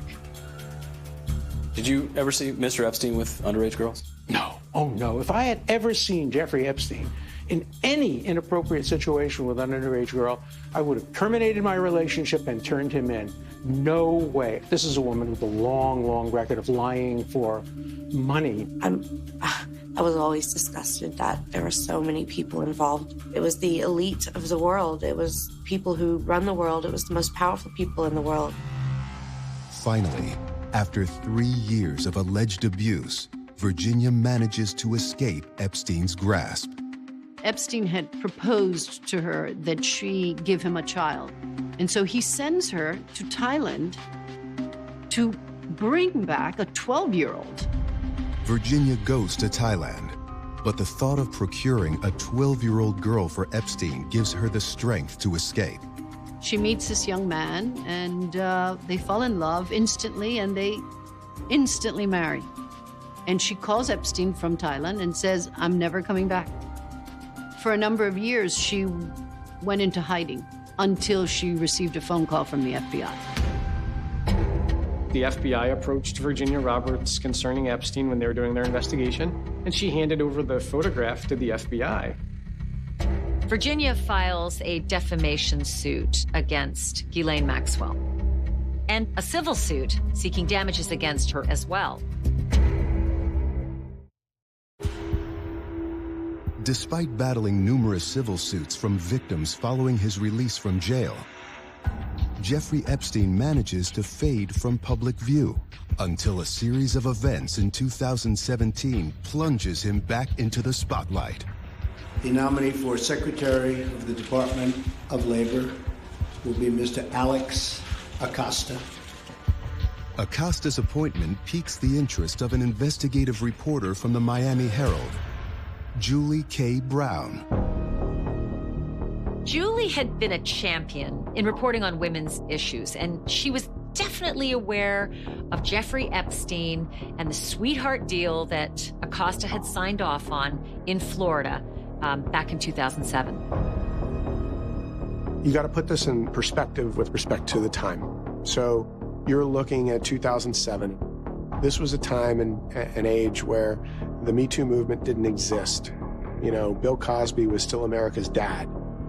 Harvey Weinstein was still a wonderful producer in Hollywood.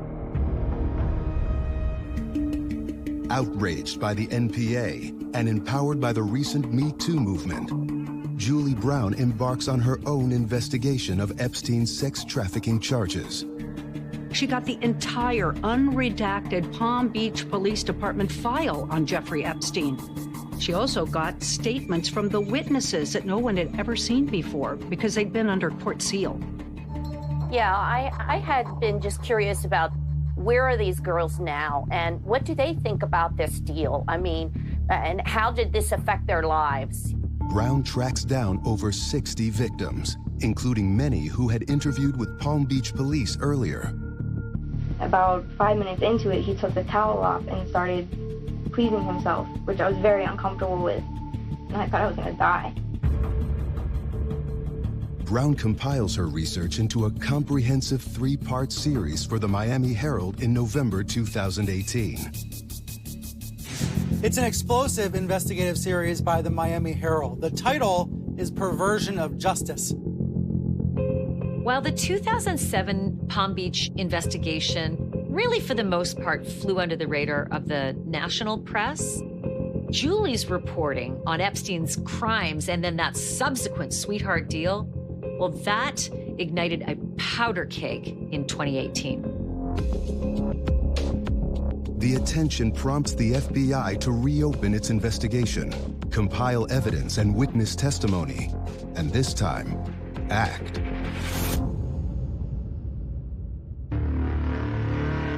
July 6, 2019, Jeffrey Epstein takes off around 9 o'clock in the morning from Paris and lands in Teterboro, New Jersey around 4:30 to 5 o'clock.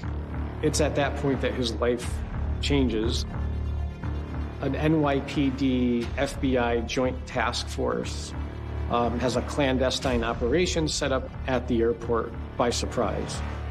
He was arrested the moment he landed for solicitation of child sex trafficking and conspiracy to commit child sex trafficking. United States Attorney Jeffrey Berman announced the indictment against Jeffrey Epstein, the politically connected financier now facing up to 45 years in prison on child sex trafficking charges. Jeffrey Epstein was taken to the federal prison in New York City, the Metropolitan Correctional Center. It's cold, there's vermin, there's understaffing issues, there's equipment issues. I'm pretty sure the bathroom in his airplane was larger than the cell he was occupying. The whole situation was surreal to him, to be locked up like this, in a place like this. He'd never been exposed to something like this before. News of Epstein's arrest ramps up scrutiny on the financier's many powerful friends. After Epstein's arrest in 2019, Bill Gates said publicly that he had no business or personal relationship with Epstein. However, it has been reported that Gates was seen at Epstein's Manhattan townhouse several times in those final years.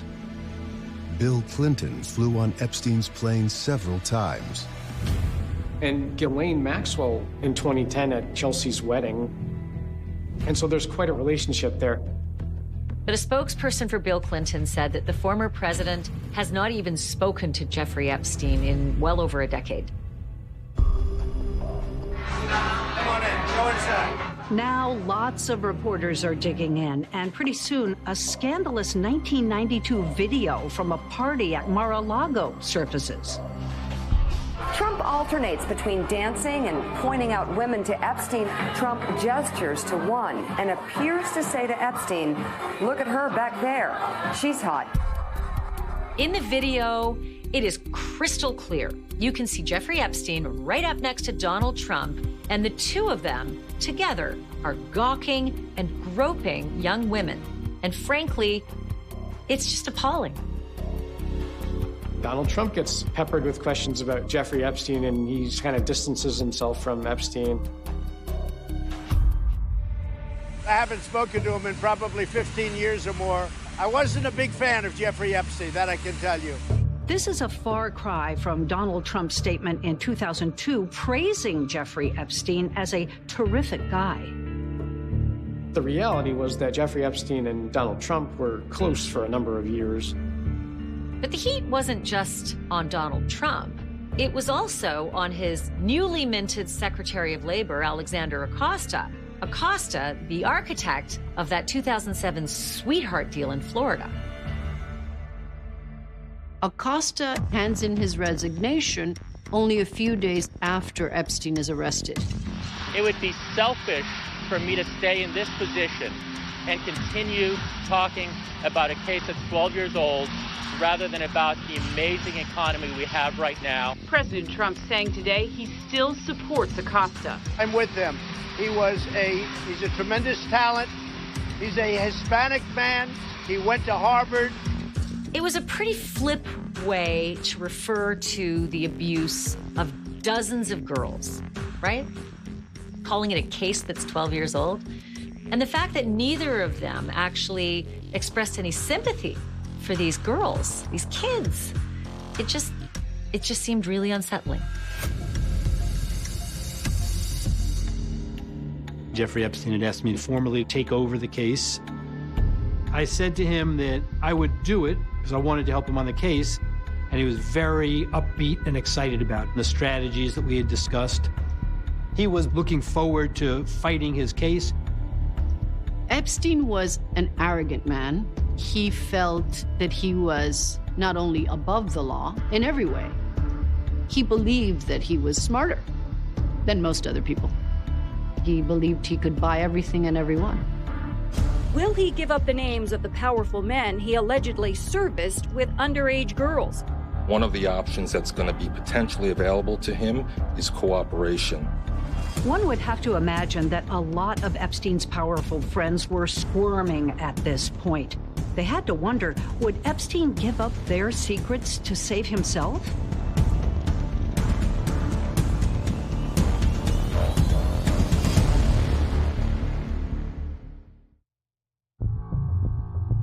The 66-year-old multimillionaire hedge fund manager Jeffrey Epstein was found unresponsive in his cell Saturday morning. Jeffrey Epstein's death is all over every television network that you can imagine.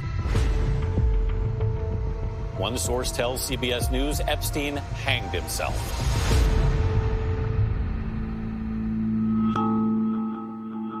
I was shocked. Suicide didn't seem likely to me. He was planning to fight the case, clear his name. I knew there would be a medical examination immediately.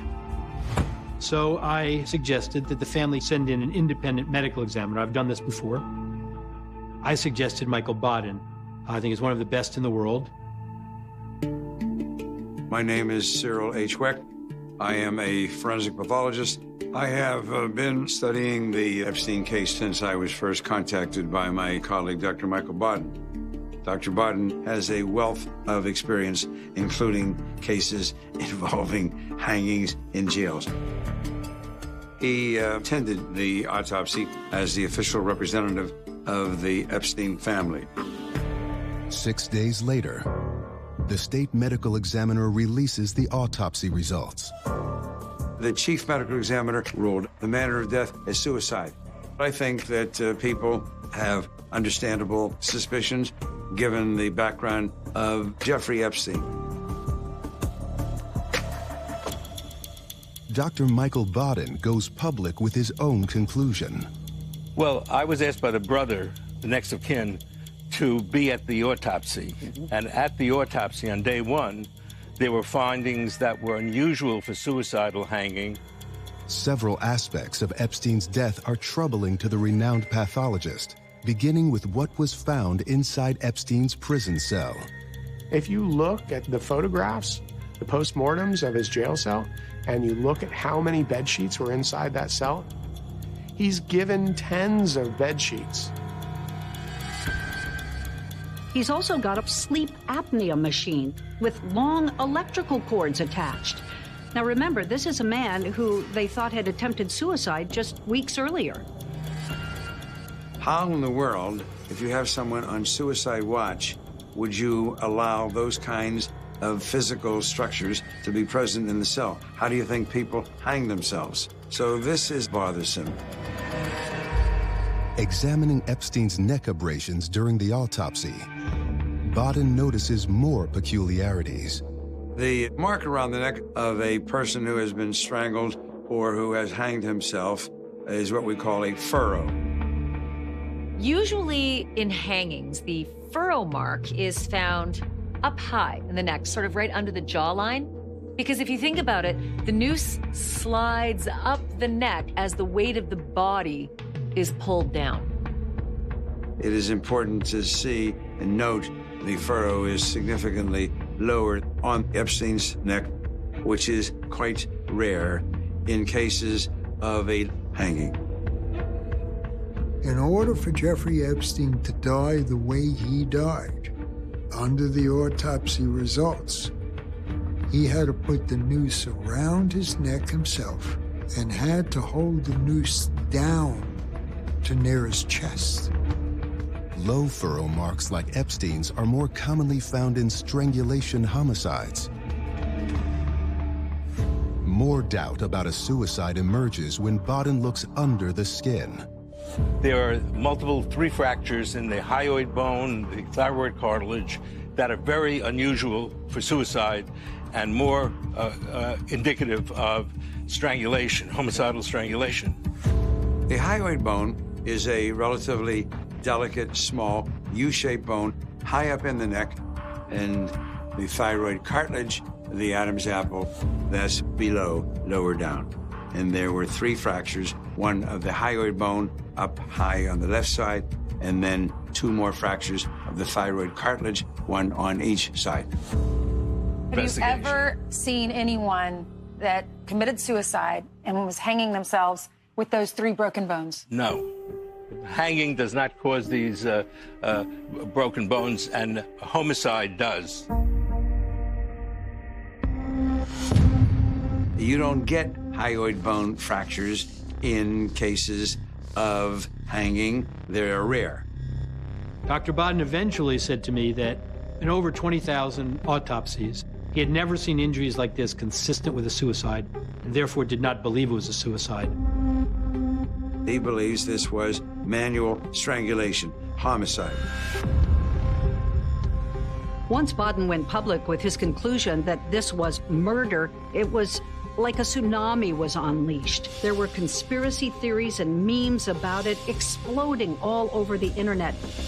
And as you can imagine, in our political climate these days, everyone's theory had sort of a tone of accusing one political party or another. The big question is this: who would most benefit from Epstein's demise? A lot of people were probably happy that he's dead, because dead men tell no tales.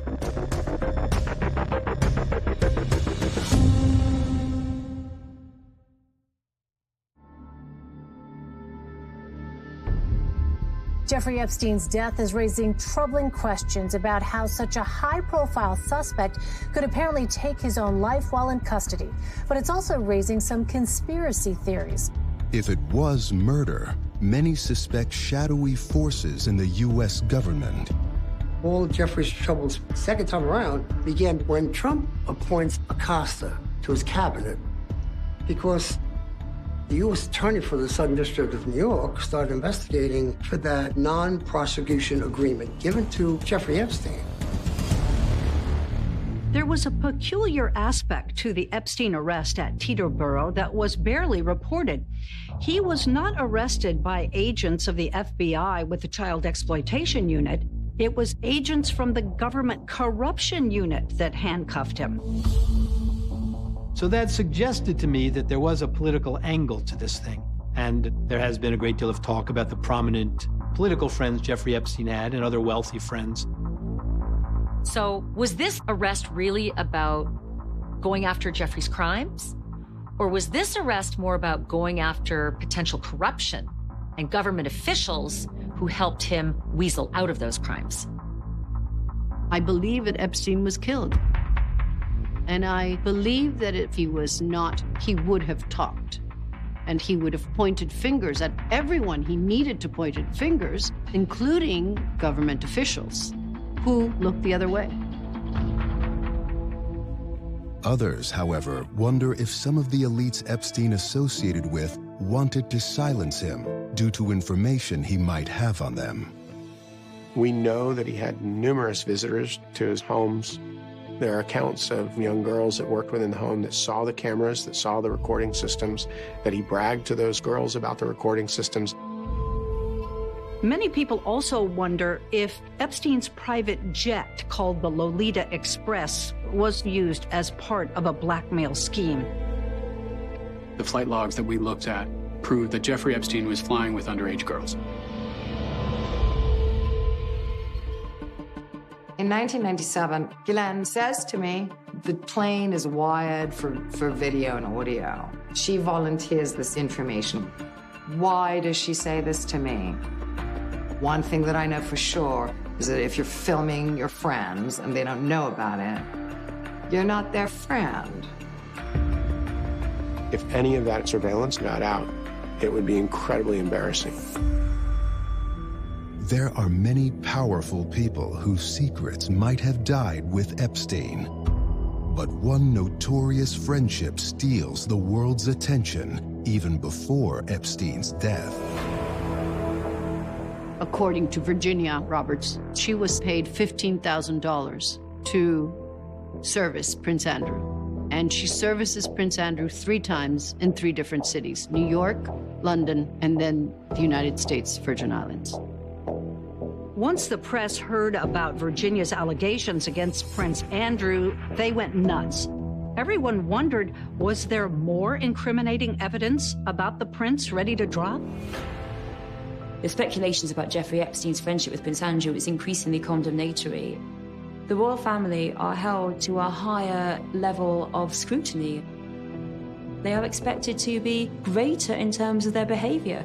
They're not just hanging around with someone who's unsavory. What on earth is he doing?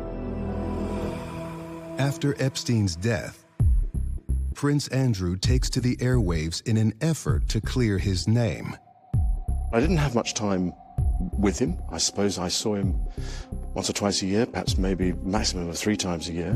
But it would be a considerable stretch to say that he was a very, very close friend.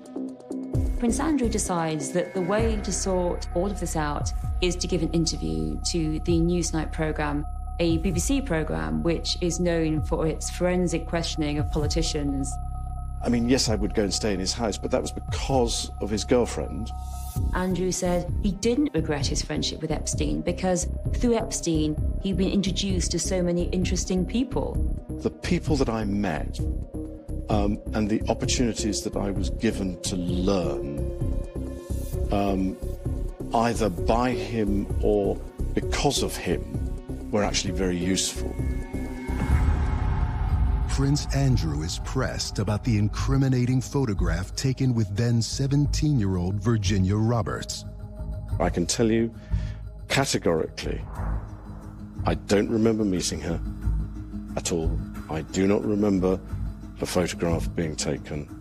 And I've said consistently and and frequently that we never had any sort of sexual contact whatever. Prince Andrew has his arms around her, and Ghislaine Maxwell is in the background. And that photo really makes it clear that Virginia Roberts did meet Prince Andrew. She did meet him. I admit fully that my judgment was probably coloured by my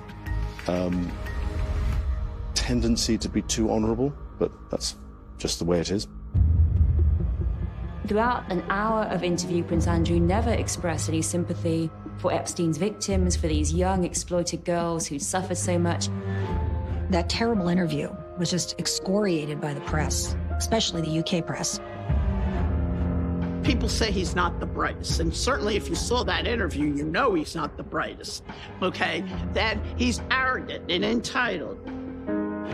Prince Andrew has to step back from royal duties, and it's the right thing for the royal family to do.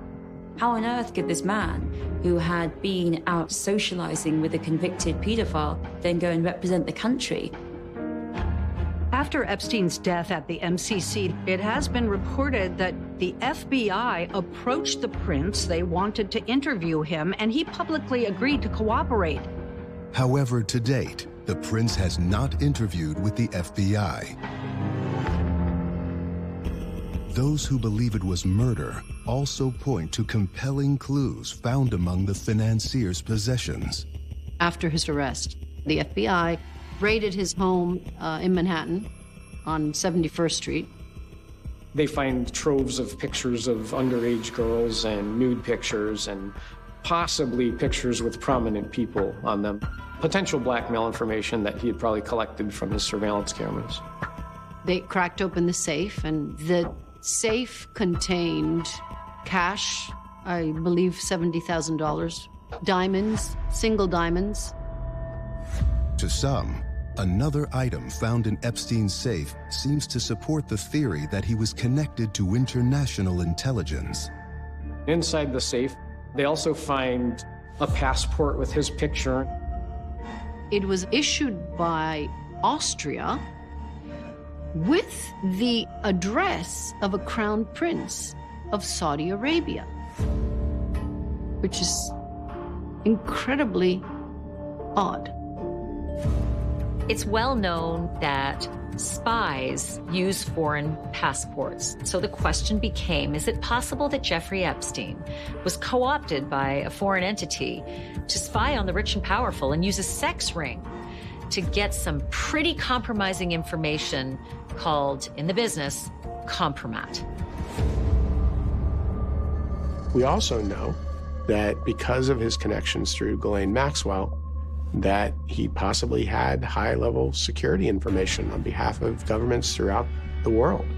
And there could potentially be people that didn't want him talking about those connections and things that he knew. This is someone that a lot of people didn't want talking. Although many believe the secret agent theory explains both Epstein's wealth and suspicious death, others find that idea absurd. But I do know that he certainly was capable of blackmailing people. I don't think he was involved in any intelligence operations. Nonsense. Nonsense. While there's no definitive proof Epstein had blackmail information on government officials or the super powerful, or that he was a spy, one question still remains. If somebody killed him, how did they have access to his cell? How did they organize it? This was an organized killing.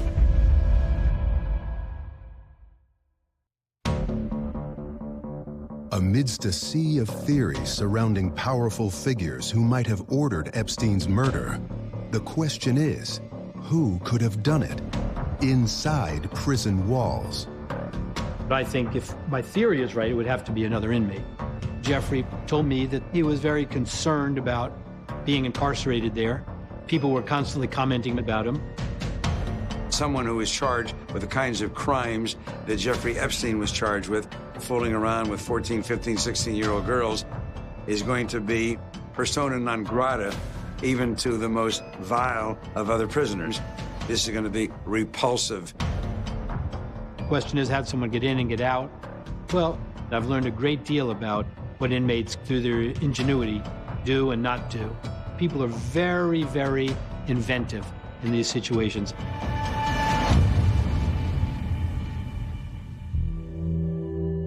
Some close to Epstein quickly point a finger at a possible suspect. Remember that first time that Jeffrey Epstein was suspected of attempting suicide and put on a suicide watch? At that time, he had a cellmate, a muscle-bound suspected murderer named Nicholas Tartaglione. Tartaglione was a former cop, 240, 50 pounds, muscular, burly guy.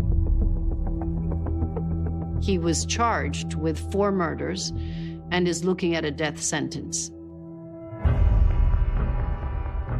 Epstein reportedly told his lawyers, who came to visit him almost every single day, that he was scared of Tartaglione.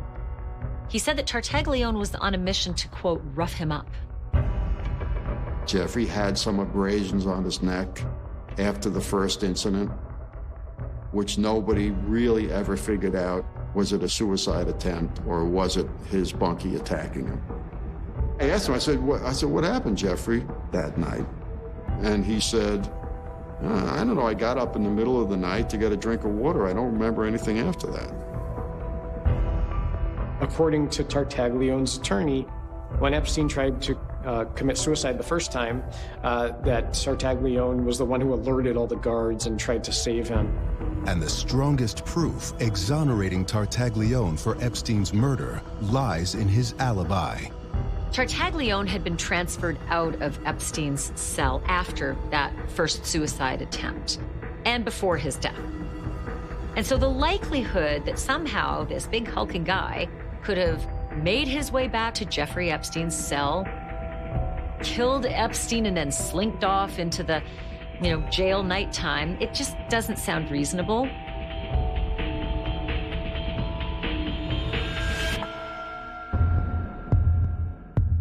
Epstein's inmate suicide watch counselor, Bill Mercy, is one of the last people to have spoken with Epstein. I probably spent 5 or 6 4-hour shifts in the presence of Jeffrey Epstein, with me watching him. He didn't talk about Prince Andrew or anybody else. He didn't really volunteer information. For a suicide inmate, he was pretty well adjusted.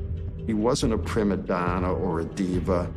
He didn't complain. The only complaint I ever heard from him was they gave him the wrong laxative. He didn't strike me as depressed, but he was really apprehensive about prison life. He was scared. In the middle of conversations, his eyes would drift off like, oh my God, I'm in prison. Am I ever going to get out of here? Prison is not a fun place. You're in your cell 23 hours a day. You shower 3 times a week, and there's mice and there's water bugs, and it's real noisy, and it's cold. It's a long way down from a $77 million mansion on the Upper East Side.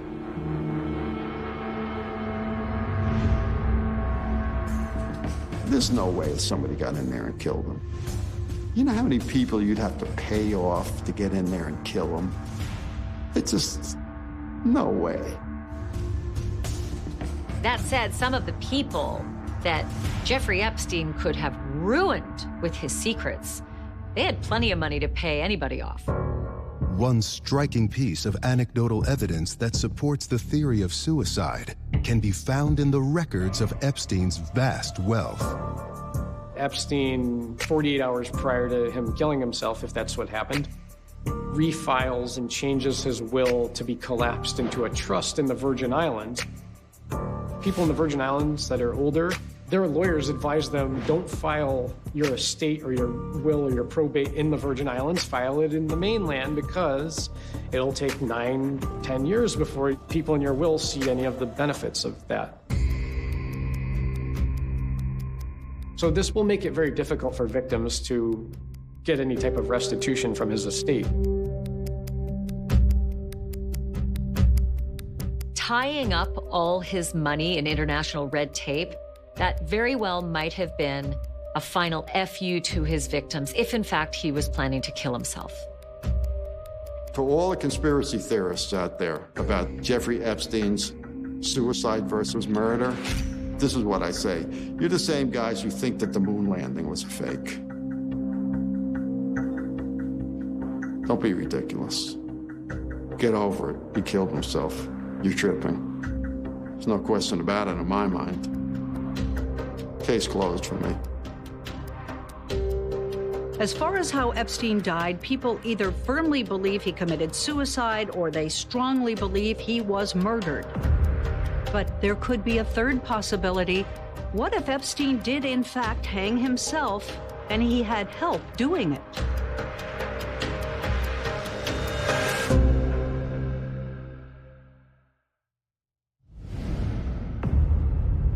Investigators and lawyers have more questions than answers about what happened inside that New York jail at dawn Saturday. I think it was a homicide, but I don't know who killed him. The simplest answer to me always rings true, and the simplest answer is he killed himself because he didn't want his secrets revealed. I think he was ready to sing, and perhaps that's why he was murdered.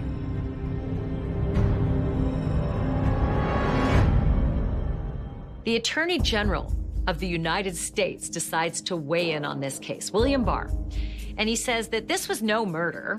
He says this was just a perfect storm of screw-ups within the prison system. I was appalled, and indeed the whole department was, and frankly, angry to learn of the MCC's failure to adequately secure this prisoner. But come on, Epstein was the most high-profile prisoner in the entire system at the time. What if these failures that Barr talked about weren't failures, but rather deliberate acts of incompetence that allowed Epstein to take his own life?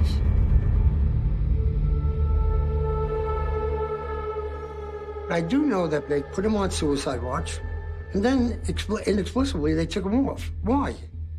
Why would you do that? They released him within a week. That's absurd. Unheard of. Absurd. He should have been on suicide watch. But somebody wanted him off who had the juice to make that happen. He is now by himself. The very next day, we have Epstein found dead.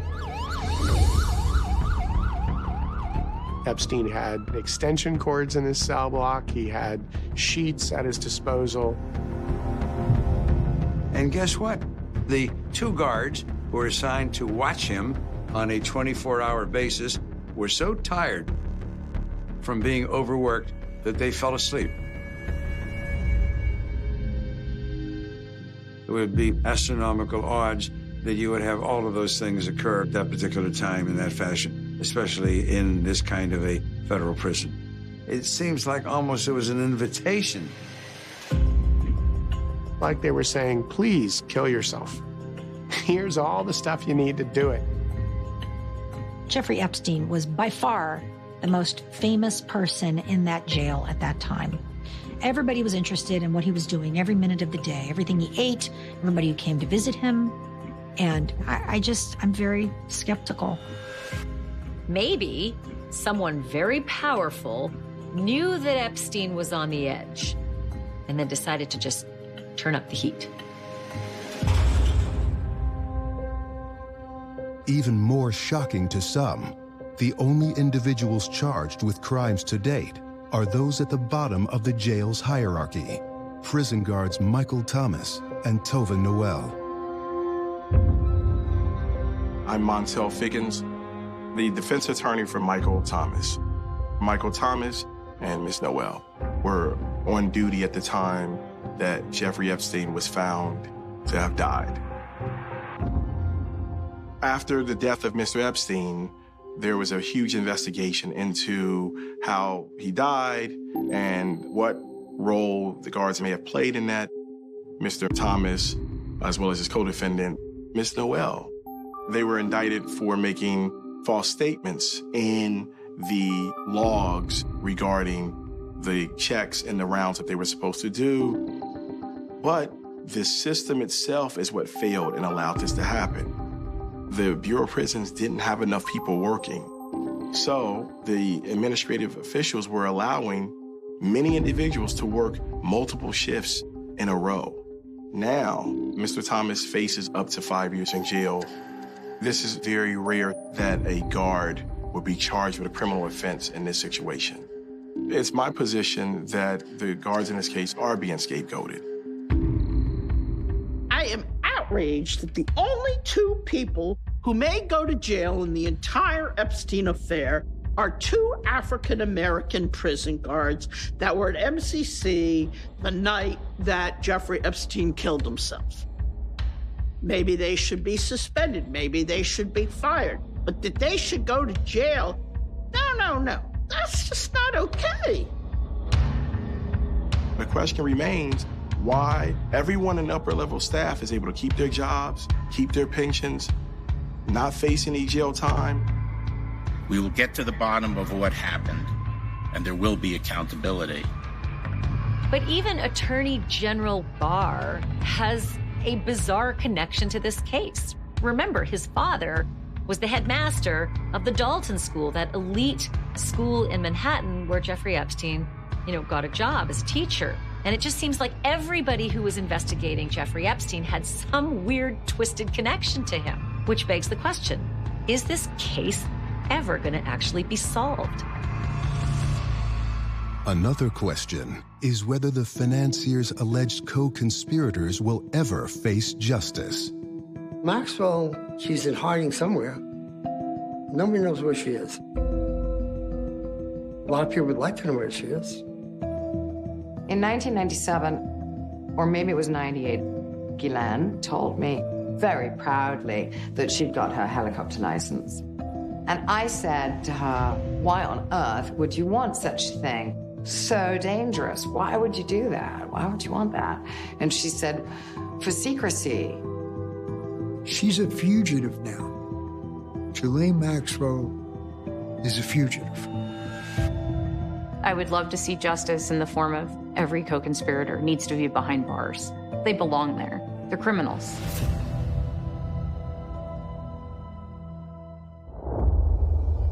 Now that Jeffrey Epstein is dead and the investigation shrouded in mystery and doubt, many wonder what will become of the decade's most controversial saga. The Epstein case goes from Palm Beach to New York to the White House to Buckingham Palace, where you have politicians, business leaders, opinion makers, very powerful people implicated in one way or another. Is so expansive. It is a global case. It crosses the political barrier, and it is the longest running child sex trafficking case in U.S. legal history to date. What's important about this story is the lawyers and the prosecutors and the U.S. attorney who let him off the hook. You can't have this in a society. And Acosta and Krischer, they should be held responsible for what they did. What this case has, I think, shown is that we live in a society with two systems of justice, one for the rich and one for the poor. And Epstein knew this all along. Jeffrey knew that. All these people, from federal prosecutors to politicians to prison officials, say there will be accountability. Really? I don't see any indictments. No accountability at all. To me, it's just been a travesty. Do you think death was an appropriate punishment for a monster like Epstein? Do I feel his death was an appropriate punishment? Absolutely not. It gives nobody justice, and it leaves a lot of unanswered questions. The scale of what he did is almost too much for the human mind to take in. We are talking about, at a minimum, hundreds of victims, potentially thousands. I believe it was probably thousands of victims. Because I believe those who came forward are just the tip of the iceberg. Most of them are never going to want to come forward. And the victims are getting zero right now. No more payments being issued, not any money. And I think everybody wants to see justice for the victims here. If I could wave a magic wand, all of his estate would go to his victims. How empowering has it been to meet the other victims? I'd say it's pretty empowering. It's also pretty upsetting to see how many lives he's devastated and to see how long this went on for and nobody did anything about it. And why did no one do anything about it? Well, if you think about it, Epstein and Maxwell both maintained that there were recording devices in the mansions and the properties and the fancy jet. And there were a lot of really important, powerful people that trafficked through those areas. So, wisdom might have it that there's some pretty compromising video and sound somewhere out there. I can only hope that someday it leaks out and the guilty parties get what's coming to them.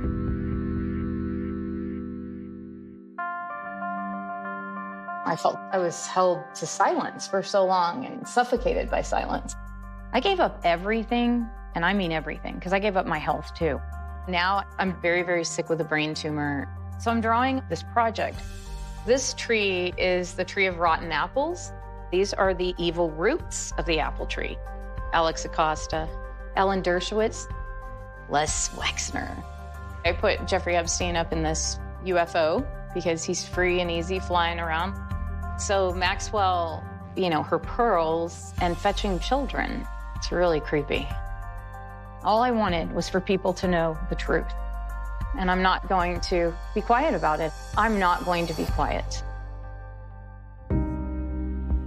I'm doing the series, drawing all the women, all their portraits, honoring them because they're victims, but they're also survivors.